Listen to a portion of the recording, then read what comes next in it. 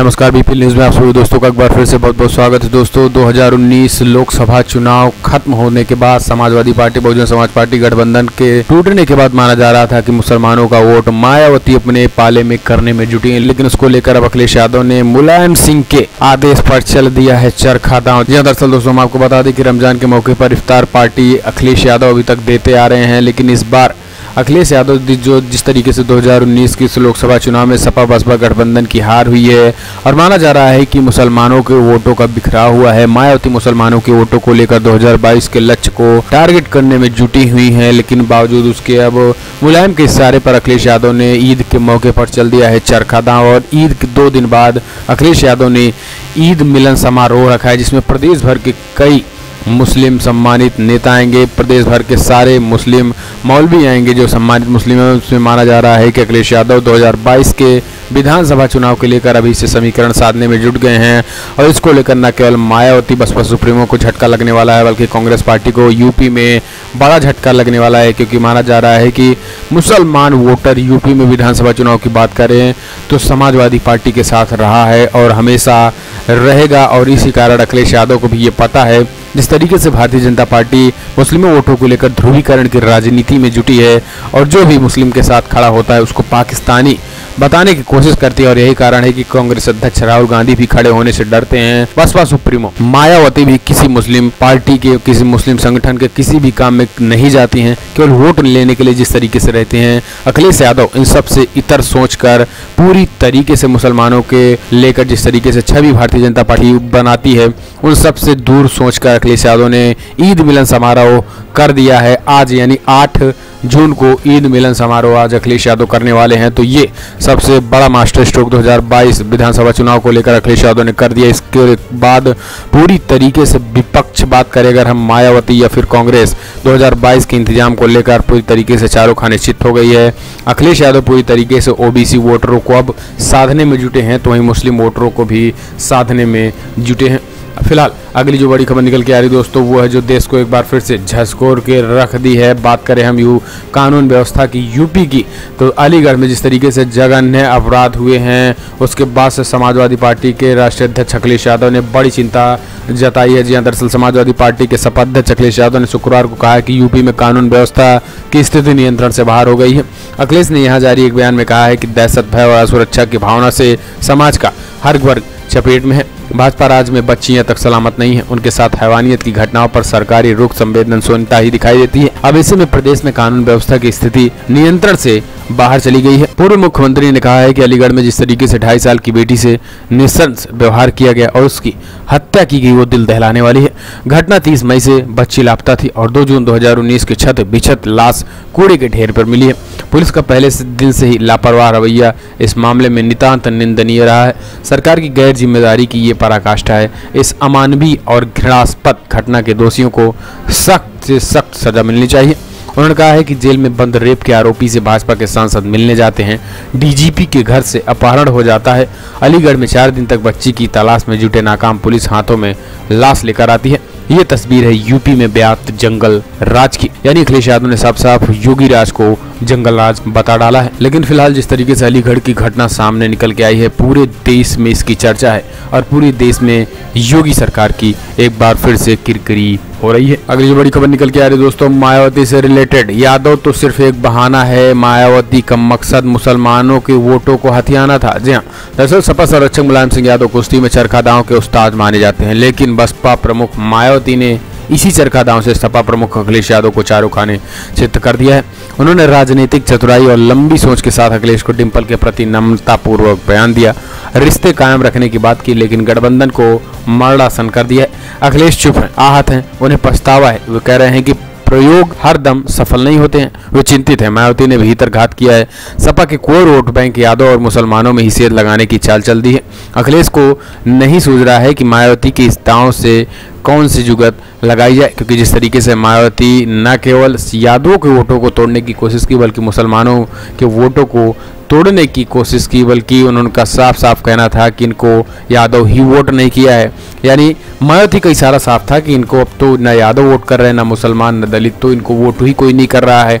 आने वाले विधानसभा चुनाव में मायावती अपनी स्थिति मजबूत करने की कोशिश में लगी थी, लेकिन अब साफ साफ उनकी मंशा समझ में आ गई थी और अब पूरी तरीके से अखिलेश यादव 2022 विधानसभा चुनाव को लेकर एक हो गए हैं। और यही कारण है कि अब वो न केवल ओबीसी वोटरों को बल्कि मुसलमान वोटरों को पूरी तरीके से रिझाने की कोशिश में जुटे हैं और माना जा रहा है कि मायावती पर ये उल्टा पड़ सकता है। अगली जो बड़ी खबर निकल के आ रही दोस्तों, इलाहाबाद से निकल के आ रही। इलाहाबाद विश्वविद्यालय में अमित शाह को काला झंडा दिखाने वाली टॉपर छात्रा नेहा यादव को इलाहाबाद विश्वविद्यालय ने निलंबित कर दिया है। इलाहाबाद विश्वविद्यालय के प्रॉक्टर प्रोफेसर रामसेवक दुबे ने बताया है कि नेहा यादव सिर्फ 2 साल से ही यहाँ की छात्रा है, लेकिन इस दौरान उनके खिलाफ अनुशासनहीनता की कई शिकायतें मिले हैं। उनका कहना है कि छात्रावास में अनुशासनहीनता करना उनका काम है। देर रात छात्रावास में जाना, गार्ड से दुर्व्यवहार करना जैसे तमाम आरोप है। ये पहला मामला है कि जब 70 से 80 छात्राओं ने किसी के खिलाफ लिखित शिकायत दी है। वहीं नेहा यादव का कहना है कि विश्वविद्यालय प्रशासन उनके खिलाफ दुर्भावना से काम कर रहा है। दरअसल हम आपको बता दें दोस्तों कि लोकसभा चुनाव के मद्देनजर जब रणनीति बन रही थी तो अमित शाह इलाहाबाद प्रयागराज का दौरा कर रहे थे। उस वक्त समाजवादी पार्टी की नेता नेहा यादव ने अमित शाह को काला झंडा दिखाया था, जिसके बाद से काफी सुर्खियों में आई थी, लेकिन बाद में पूरी तरीके से योगी सरकार के सामने वो खटक रही थी। और यही कारण है कि अब जब लोकसभा चुनाव हो गए, परिणाम उनके पक्ष में आ गए, तो अब उस छात्रा को इलाहाबाद यूनिवर्सिटी से बर्खास्त कर दिया है और वो समाजवादी पार्टी की छात्रा थी। अगली जो बड़ी खबर निकल के आ रही दोस्तों वो है मोदी मंत्रिमंडल में राजनाथ सिंह को किया जा रहा है इग्नोर। जी हाँ, दरअसल दोस्तों हम आपको बता दें कि जिस तरीके से मोदी मंत्रिमंडल का विस्तार हुआ है, अब उसके बाद से राजनाथ सिंह को तीसरे पायदान पर भेज दिया गया है और राजनाथ सिंह की भूमिका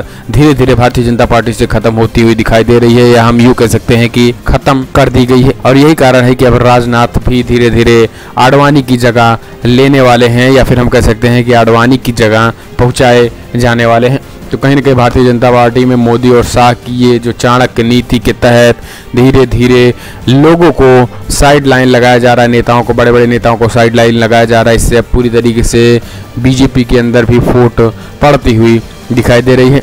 अगली जो बड़ी खबर निकल के आ रही दोस्तों, योगी आदित्यनाथ के दफ्तर पहुंच गए हैं कश्मीरी से मारपीट करने वाला शख्स। जी हां, दरअसल हम आपको बता दें कुछ दिन पहले डालीगंज चौराहे पर, लखनऊ के डालीगंज चौराहे पर कश्मीरी युवक के साथ कुछ कथित बजरंग दल कार्यकर्ताओं ने जबरदस्त मारपीट की थी। कश्मीर से आया लड़का ठेला लगाकर अपने जीव को उपार्जन करता था, लेकिन बजरंग दल के लोगों ने उनको जबरदस्त मारा पीटा था और ये मामला खूब हाईलाइट भी हुआ था।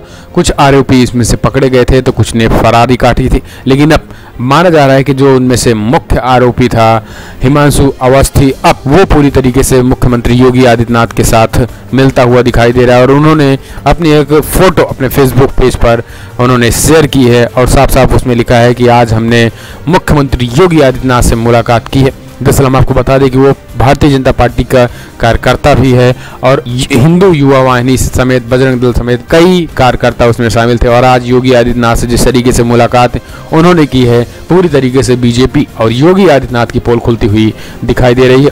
और माना जा रहा है कि भारतीय जनता पार्टी स्वयं ऐसे तत्वों को बढ़ावा देती है और जो ऐसा काम करते हैं न उनको बढ़ावा देती है बल्कि उनको प्रोत्साहन भी देती है। और यही कारण है कि आए दिन लगातार ऐसी घटनाएं बढ़ भी रही हैं। कहीं न कहीं एक बार फिर से बीजेपी और योगी सरकार की पोल खुलती हुई दिखाई दे रही है। अगली जो बड़ी खबर निकल के आई दोस्तों, कांग्रेस अध्यक्ष राहुल गांधी जीत के बाद पहली बार कल वायनाड पहुंचे, जहां पर उनका भव्य स्वागत हुआ है। दरअसल हम आपको बता दें कि जीत के बाद पहली बार वायनाड सीट पर ऐतिहासिक जीत के बाद राहुल गांधी पहुंचे। और केरला की स्थिति की बात करें तो जिस तरीके से राहुल गांधी कहते थे कि हम अगर दक्षिण से चुनाव लड़ रहे हैं तो न केवल वायनाड सीट से चुनाव लड़ रहे हैं बल्कि पूरे केरला को, कर्नाटका को साधने की कोशिश कर रहे हैं। और इसी स्थिति में राहुल गांधी कांग्रेस अध्यक्ष को जबरदस्त फायदा हुआ। केरला में जबरदस्त सीटें मिली हैं, 20 में से उनके समर्थन से जो चुनाव लड़ रहे थे उनको 19 सीटें और स्वयं कांग्रेस को लगभग 16 सीटें मिली हुई है। तो कहीं ना कहीं हम कह सकते हैं कि राहुल गांधी का जलवा कायम केरला में हुआ है। केरला में सबसे ज्यादा बढ़त मिली है जिस तरीके से वहां से चुनाव लड़े। लेकिन उसके बाद अब कल जिस तरीके से राहुल गांधी वहां पर पहुंचे, उन्होंने जनता का शुक्रिया किया। उन्होंने कहा जिस तरीके से हमें रिकॉर्ड वोटों से जिताया है उन सब के लिए वायनाड की जनता को बहुत बहुत धन्यवाद। इसके साथ ही हम अब लगातार वायनाड से चुनाव लड़ते रहेंगे और इसी तरीके से वायनाड से जीत भी दर्ज करते रहेंगे। और वायनाड का प्रतिनिधित्व अब लोकसभा में राहुल गांधी करेंगे। तो यही कारण है कि अब वायनाड पहुंचते ही जब राहुल गांधी कांग्रेस अध्यक्ष का स्वागत हुआ है। अगली जो बड़ी खबर निकल के आ रही है दोस्तों, कांग्रेस अध्यक्ष राहुल गांधी से रिलेटेड है। राहुल गांधी कांग्रेस अध्यक्ष के नीचे 2 अध्यक्ष होंगे, जो एक उत्तर भारत तो दूसरे दक्षिण भारत के कार्यवाहक अध्यक्ष होंगे और कांग्रेस पार्टी को मजबूत करने की कोशिश करने जा रहे हैं। 2024 लोकसभा चुनाव को लेकर पूरी तरीके से कांग्रेस आत्ममंथन करने के बाद रणनीति तैयार करने लगी है और एक कांग्रेस अध्यक्ष के नीचे 2 कांग्रेस अध्यक्ष होंगे।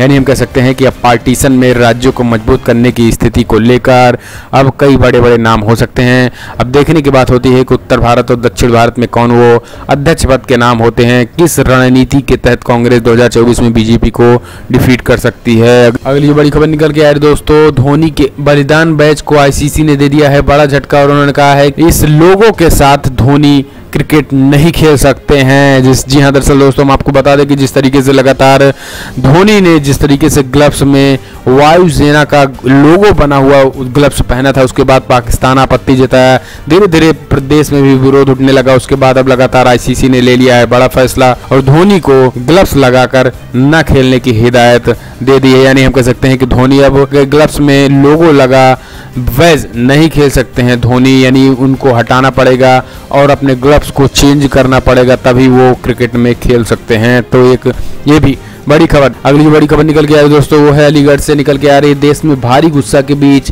एसआईटी जांच करने के आदेश मिल गए हैं और एसआईटी अब जांच करने वाली है इस बड़ी और जघन्य अपराध को लेकर। जिस तरीके से अलीगढ़ में हुआ, पूरी तरीके से देश में गुस्सा है। समाजवादी पार्टी और कांग्रेस पार्टी ने पूरी तरीके से इसको निंदा की है और यही कारण है कि एसआईटी जांच के आदेश सरकार ने दे दिया। फिलहाल आज की बड़ी खबरों दोस्तों, अगर आपको वीडियो पसंद आया तो लाइक करें, शेयर करें, कमेंट के माध्यम से अपनी राय देना ना भूलें। कि जिस तरीके से अखिलेश यादव ने मुसलमानों को लेकर चरखा दांव मुलायम की सारे पर चला, आपको क्या लगता है कि 2022 के विधानसभा चुनाव में मुस्लिम वोटर किसकी तरफ जाने वाला है, सपा, बसपा या कांग्रेस? कमेंट के माध्यम से अपनी राय देना ना भूलें। चैनल को अभी सब्सक्राइब करें।